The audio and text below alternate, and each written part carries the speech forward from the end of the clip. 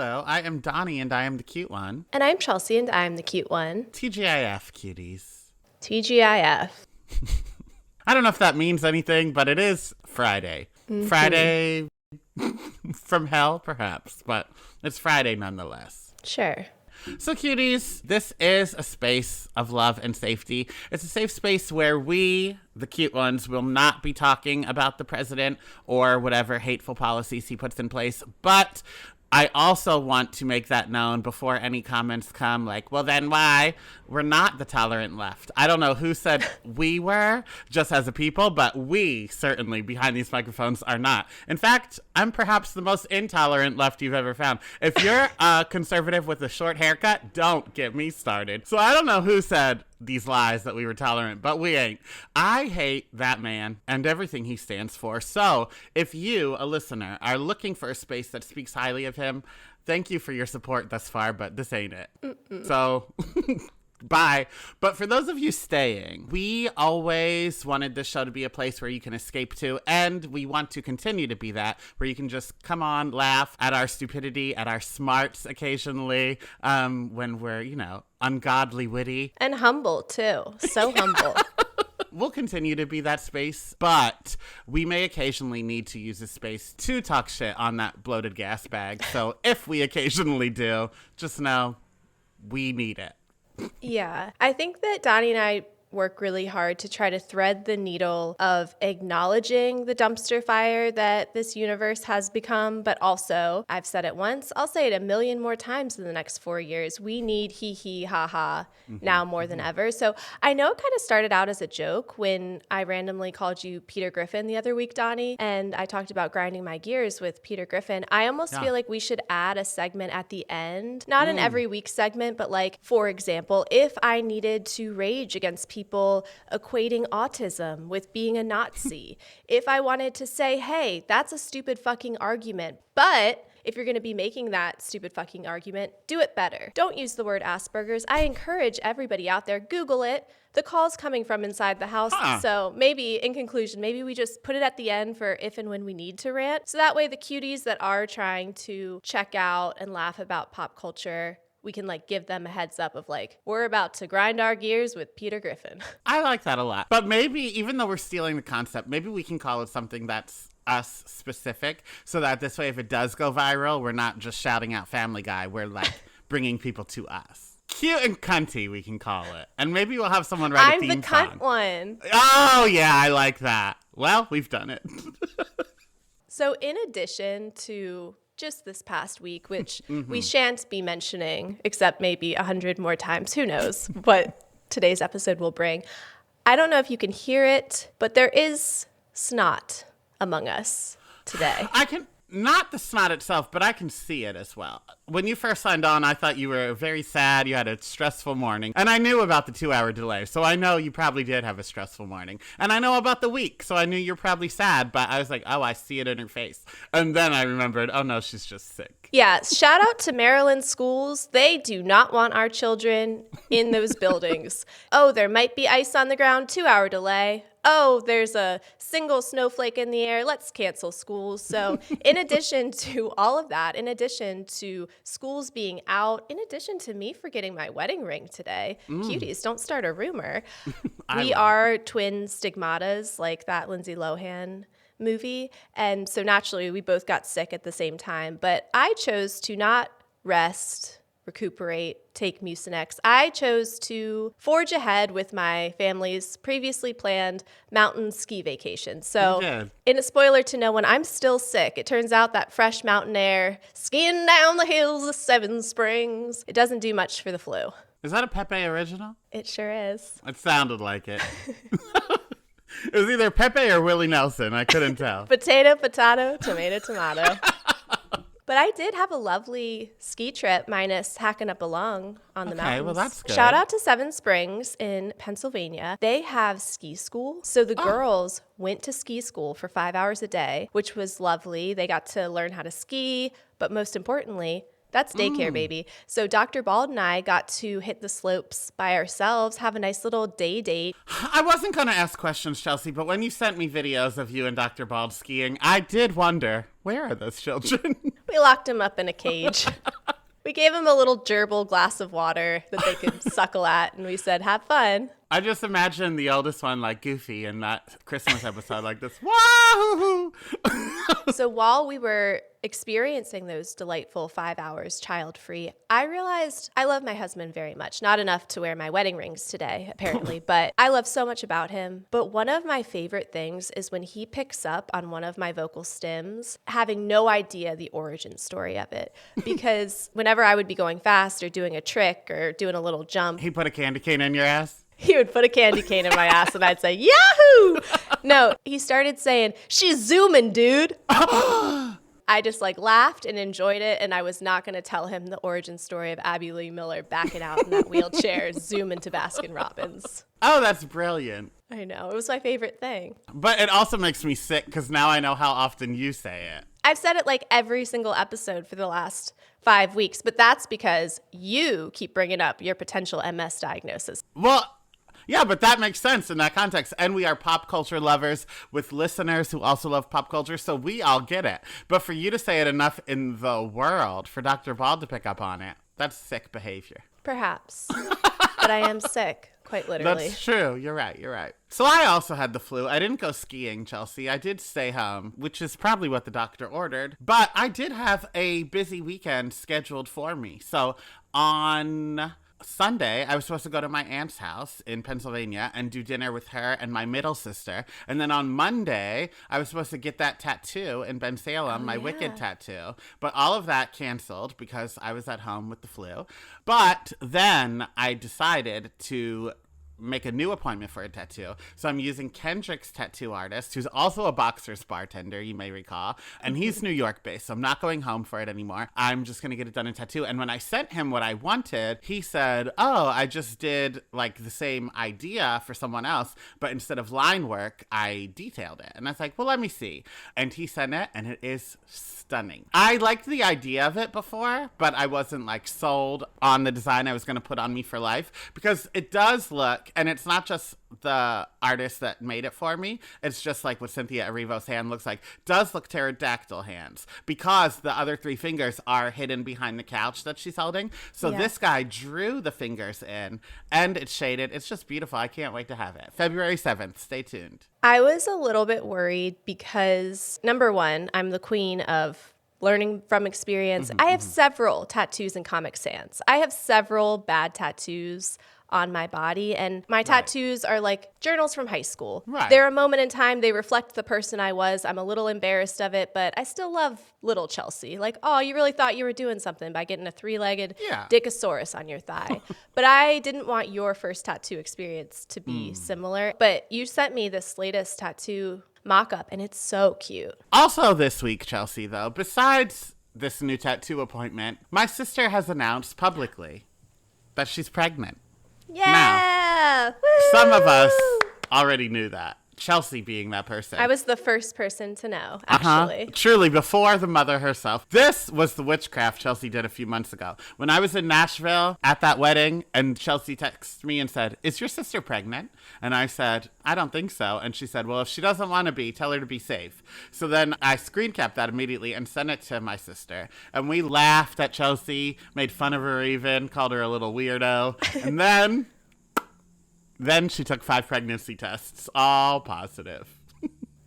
Now, you still are a little weirdo, but a correct one. Yeah. That was at the height of my witchy powers, where I was out for a walk and I just got that lightning zap and I texted you out of the blue. And I haven't even met your sister. I have no connection to her except from the stories that you tell me. And yeah, I knew.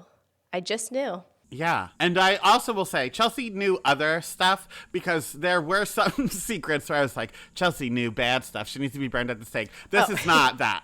This is not that. I need to clarify. That was a very witchy couple weeks for me because there were some bad ones. And then there was one, I texted you in the morning. I said, I dreamt you missed your train last night. And then you texted me an hour later and said, you fucking bitch.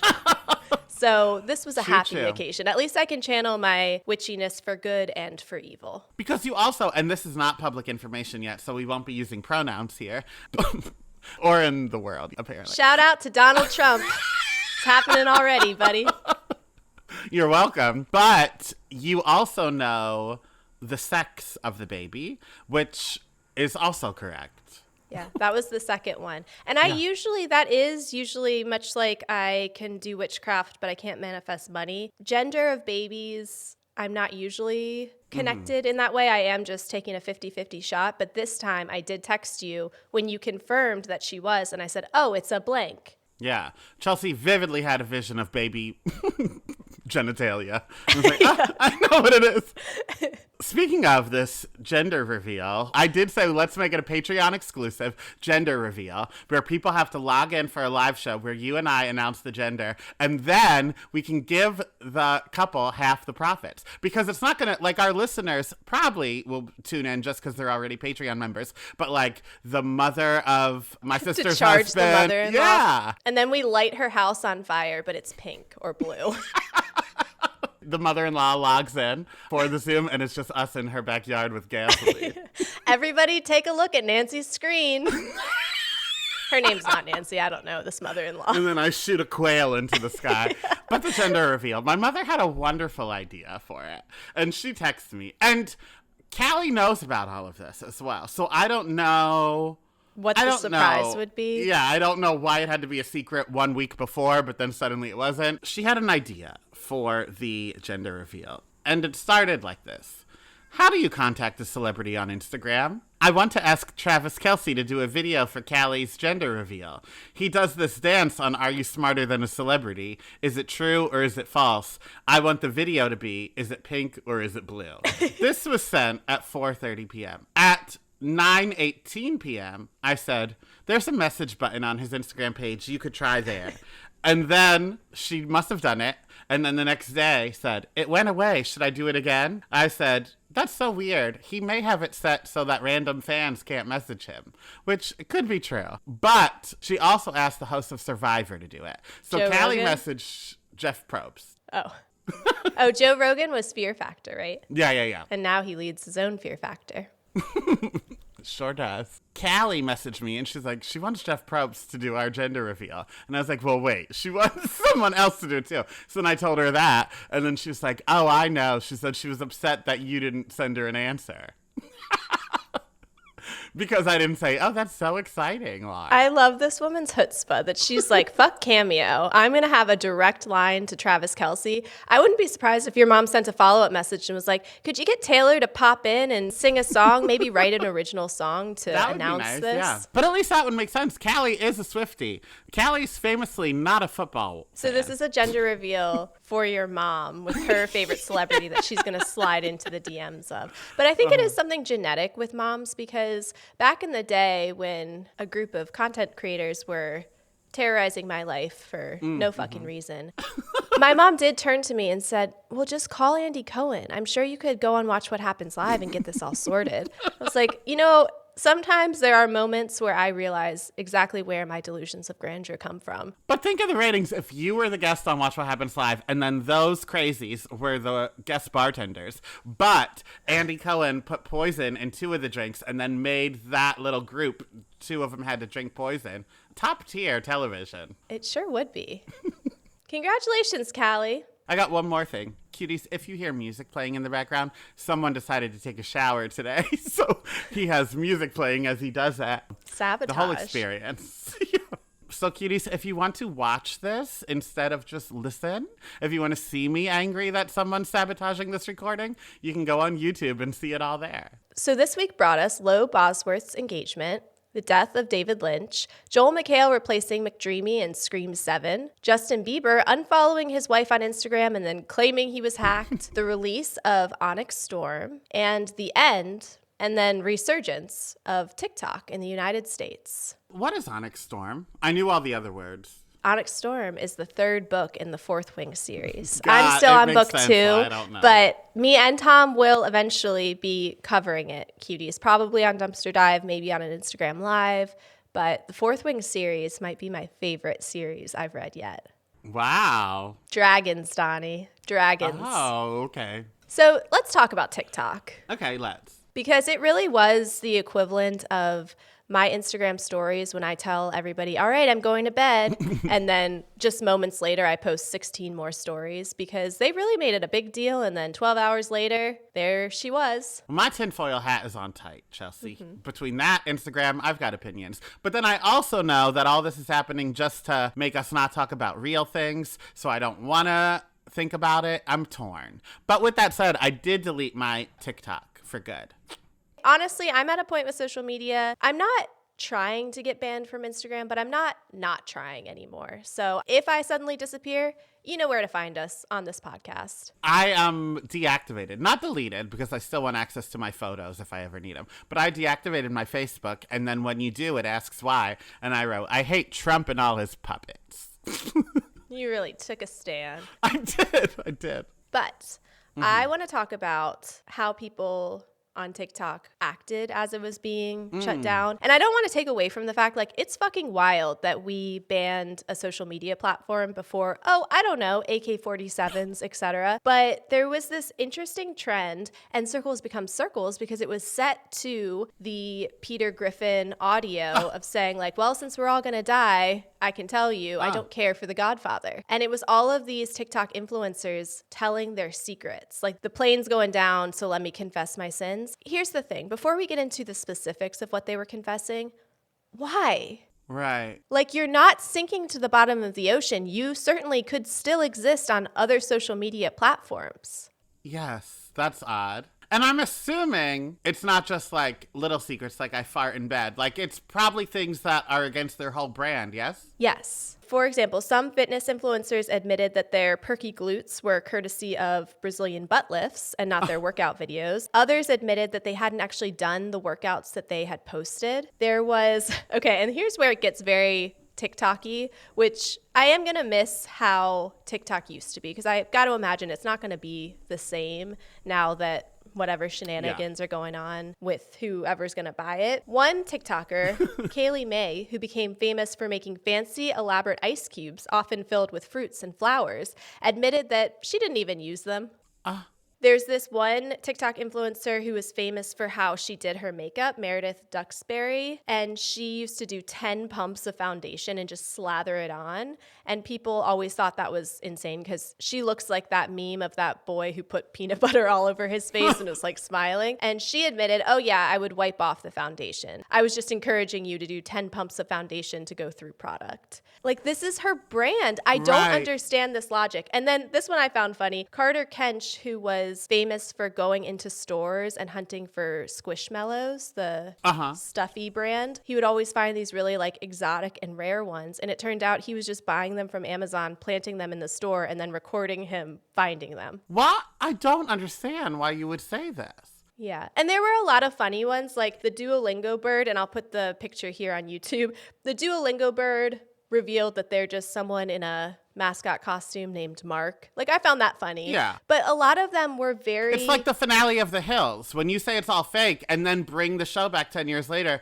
what are we supposed to do with this? You already told us it's all been fake. You already pulled back the curtain. Yeah. Oh, you'd be interested in this one. Mackenzie Ziegler's Dance Mom interviews. She says they were... I feel like I'm about to tell you the truth about Santa. She says that they were all scripted and producers told her what to say, and she did not, in fact, want to sit on the couch and eat chips. Okay. I've assumed that dance moms dabbled in fake storylines and scripted drama, but it really hurts to hear it from the source. Yeah. So then 12 hours later, they all are coming back like, hi. How's it going? You know, have you followed up on any of these accounts? Have they picked up where they left off, or is it like a rebrand now? No, so a lot of them are now backtracking and saying it was a joke. Some of them were obviously jokes, and some of them were very low stakes or things that we already knew. So the Charlie D'Angelo or whoever person who I have to admit now, here's my secret, here's my confession. I always just assumed that was Charlie CX's real last name. I thought they were the same person. But I guess in 2020, she got caught with a vape and said it was like an anxiety pen. And she then said like, oh no, it was a vape. So like those types of secrets, I get it because it's low stakes. Of course, we already knew it was a vape. I shouldn't say we all knew. I didn't even know she wasn't Charlie XCX. But those are fine. But now the ones like you have a whole brand about making ice device and people know you aren't using it. She's like, oh, well, I meant like I gave it to my family to use. Now it's just kind of like putting in our face what we already knew, which is social media is just a way to pump out consumerism and make us buy shit. But like, how can you be like a fitness instructor and be like, oh yeah, I've been using Ozempic and I went and got a Brazilian butt lift, and then have people want to follow you? Now, what that person needs to do is collaborate with Ozempic and the place they got surgery. I feel like that's the next step.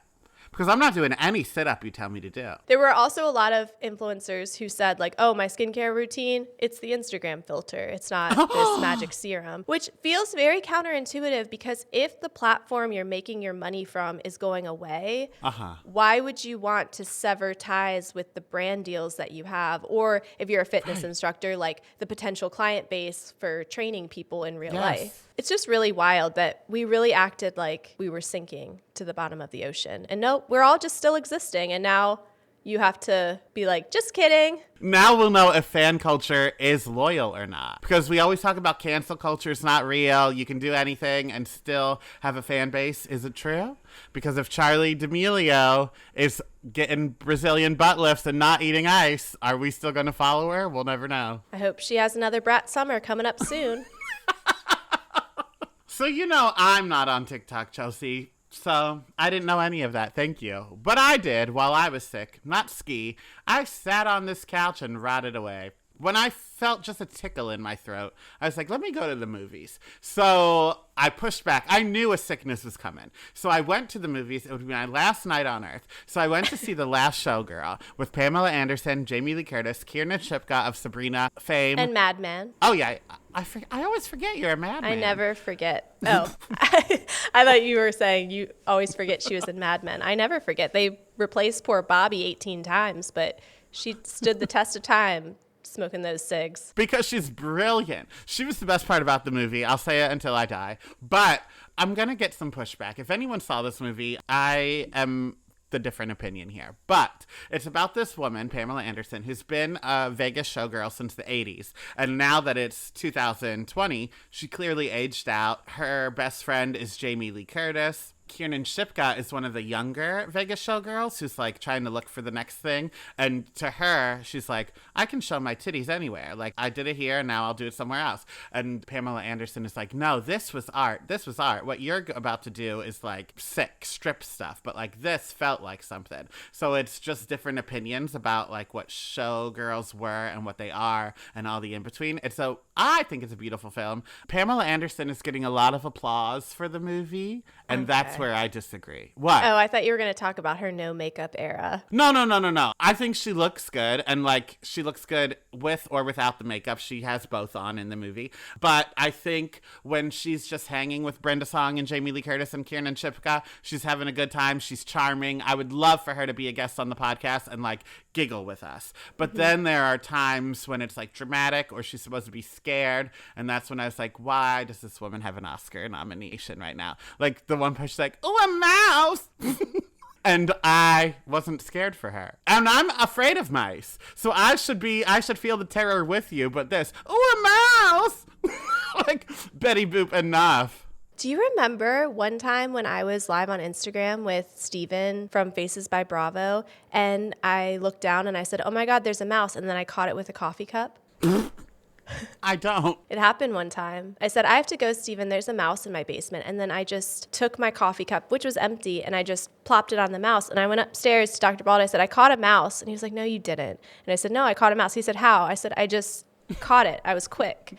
He like took a peek under the coffee cup and he was like, you really did catch a mouse. He's like, that is crackhead behavior. And I was like, well, if the shoe fits. Now, see, you have too many mice stories. So when I visit, whenever I sit on furniture, I pound it before I sit down. You should. Because that's the last thing is I need is fucking mouse tails, one staring me, sitting on my nose when I Then wake you could up. say, oh, a mouse.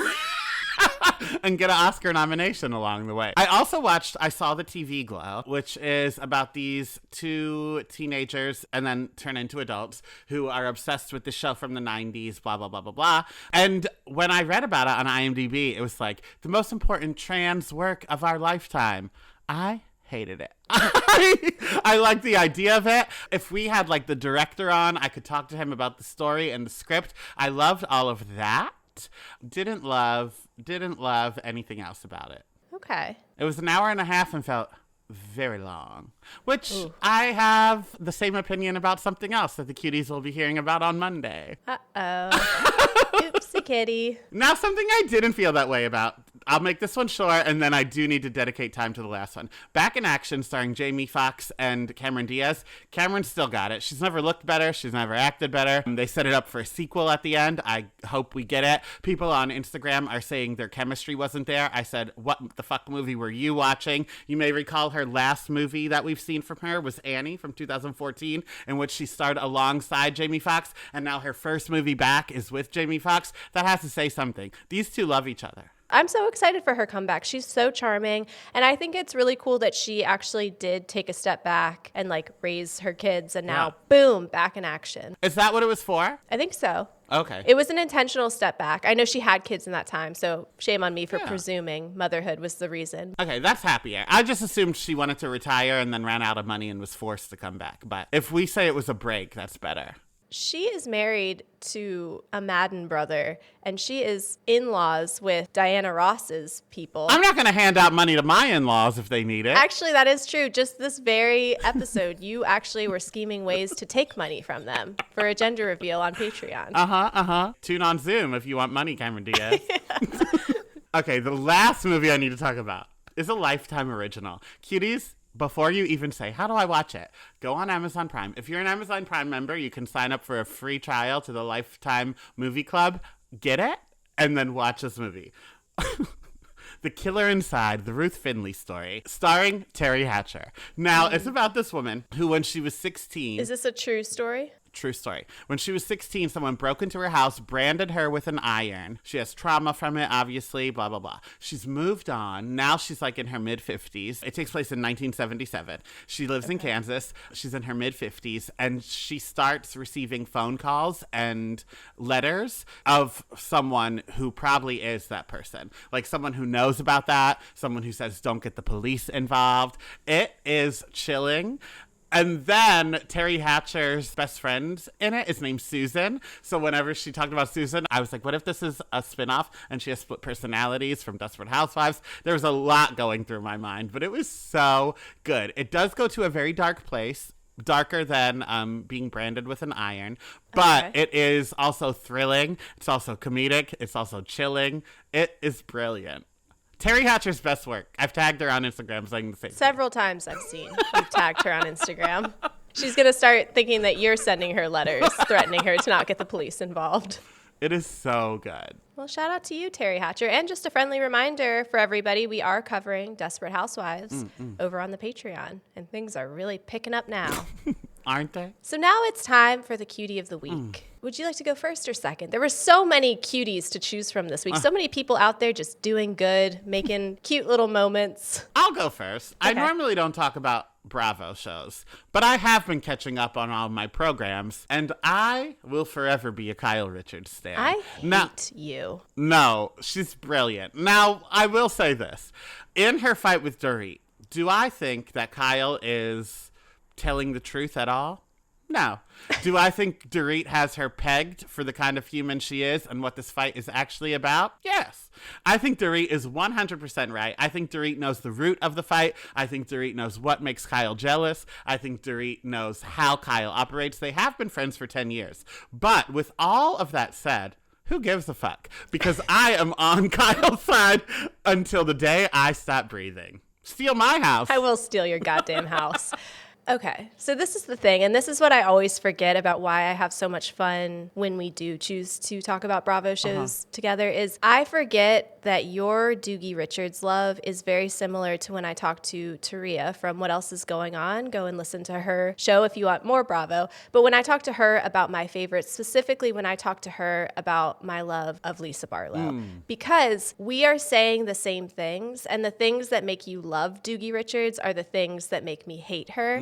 So I can agree to agree because we're both saying that she's full of shit. And there is something comical about her screenshotting a picture from a meme account and making that like her smoking gun moment. Delusional.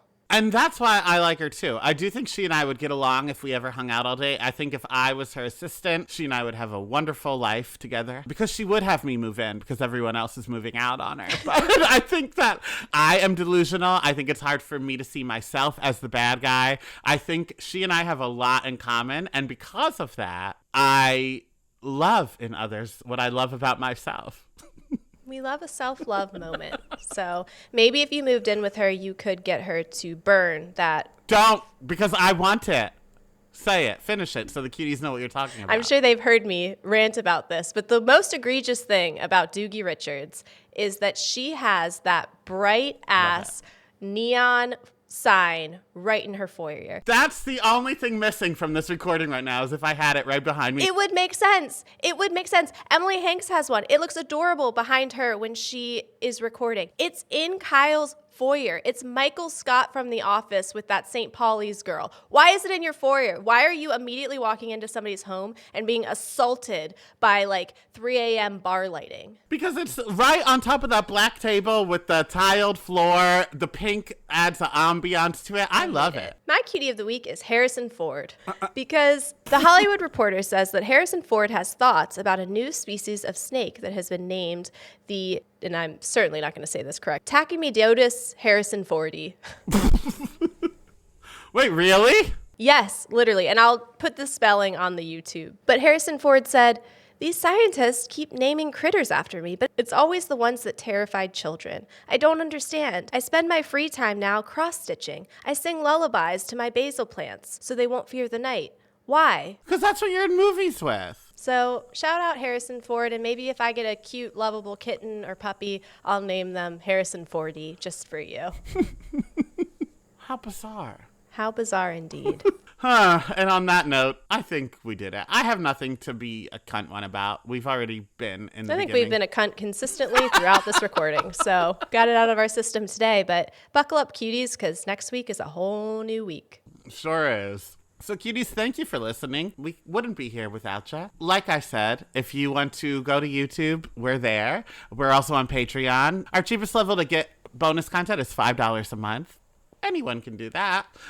Unless you are Cameron Diaz. Diana Ross won't give you money. So, we'll see you around. We will talk to you later. Love you like a sister.